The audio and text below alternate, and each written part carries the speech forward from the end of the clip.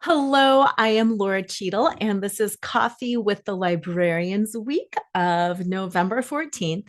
And I have absolutely no idea what is coming in. I just felt the pull to go connect now, go do that right now. So while I connect, make sure you like and subscribe and share. Okay, so let's see what is. Wow. Okay. What the message that is coming in is the times we're in feel like a race. There is race energy that there's urgency, that we have to do something, that we have to move from one thing to the next thing. And there is a pull around us, yes, in our world, but also like the global world, not just in our media, but because that is in the media too. Oh, yeah. Okay. So much coming in. Kind of ironic that it's like so fast and they're talking about speed. Social media, as you scroll, bam, bam, bam, bam, bam, it's hit of information, hit, this. And it's like you get off Instagram and then and you get on Facebook and it's scroll, and you get on all the different things and it comes so fast. And even things like Snapchat, where it disappears. It's this race that I have to get that. The stories on Instagram and Facebook disappear. This whole race culture. Oh, that's funny. Okay, I'm going to come back to the race thing because there's definitely a double entendre there. This whole culture of hurrying, it's coming to us from and through our social media. It's coming to us through our traditional media sources. It's coming to us in business, get that done, move faster, do more things. It's happening in relationships. They're even saying there's like this push to, yeah, that's part of it. Like the whole push to be in relationships and the push to have kids and the push to get a different job and the push to make money. Everything is a push. Everything is a race. Everything is a sense of urgency. And what they're saying is urgency prevents us from being human. That's exactly the word. Urgency prevents us from being human because we are unable to breathe, drop in, connect, or experience. Experience is the word. We're unable to experience while we are racing. That we need way more time to integrate than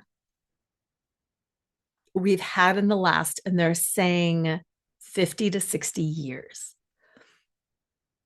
They're showing me, they're saying there was always this, when this whole thing started, there was this push. There was this push that technology will make life better, that technology will make life easier.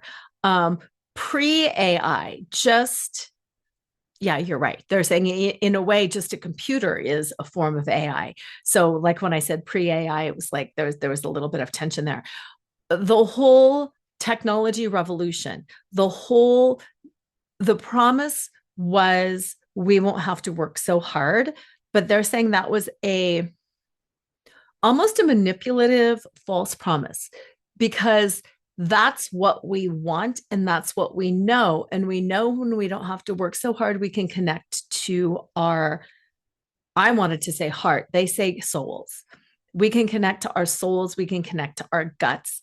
We can connect and be and drop in and experience life as a human. So that's what we want. So that was the promise that was given us.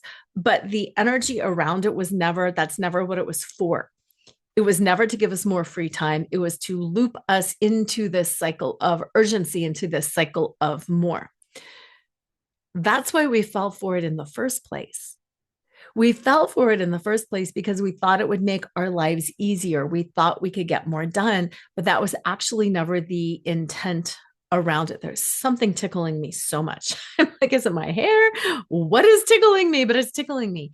I'm not quite sure what that is about, but it was a false promise. It was not, it was never intended to give us the time that we thought it was going to.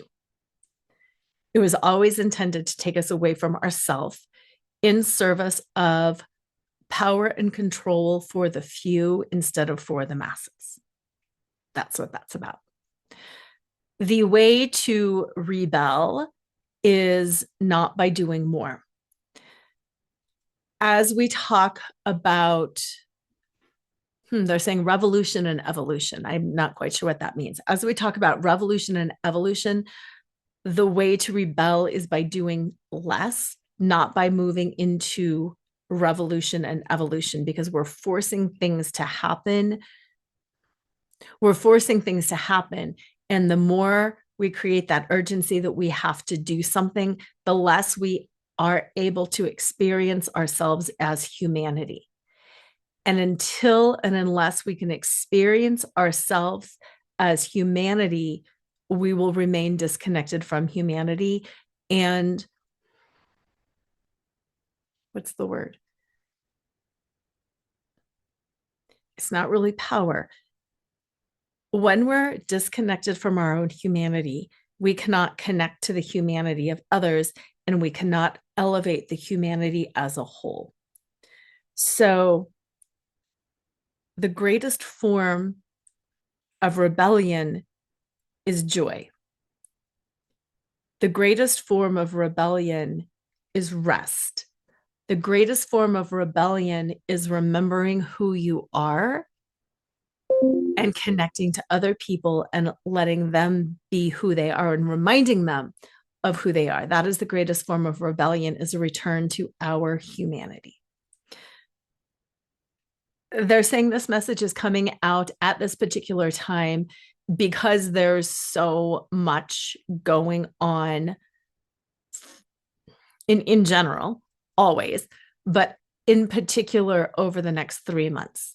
And it's the reminder to connect to your humanity. Your only task, your only job forever, but especially right now, is to reconnect to that sense of humanity. Because when you're a human and you're connected to your humanity, you recognize humanity in others.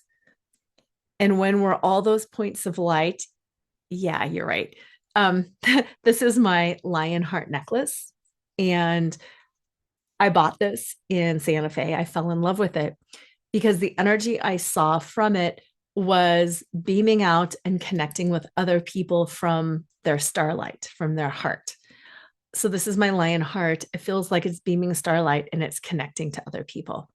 So what they're saying is that's the image, that I beam this out, other people beam that out, and we recognize that common humanity. And when those little points come together, ding, and light up, that forms that net of connection all around the planet and elevates us all. So connect to our humanity, which allows us to connect to the humanity of others and drops us out of this rush, of this race, of this urgency, and ultimately ascends us all. And coming back to the the whole race thing, they're saying it's not a coincidence that race has been kind of forefront in our minds when we're talking about race and gender and identity, and it's a race. And they're saying there's some play on that. So let me move in and ask what that is, because there's some play in that. Again, they're saying it's the focus on the race, and that it's even just like a subtle drop in of the verbiage. We've got to focus on race. We've got to focus on race. And sometimes that verbiage around that isn't literal, that we have to focus on race and gender and identity, that it's tripping our brains into being like, race, they got a race. And it's keeping us in that threat, fight, flight, or freeze. Flight is running, fight is movement. It's all agitation. No, freeze is not healthy either. No. We just had a little conversation over, well, is it more healthy because at least you're stopped?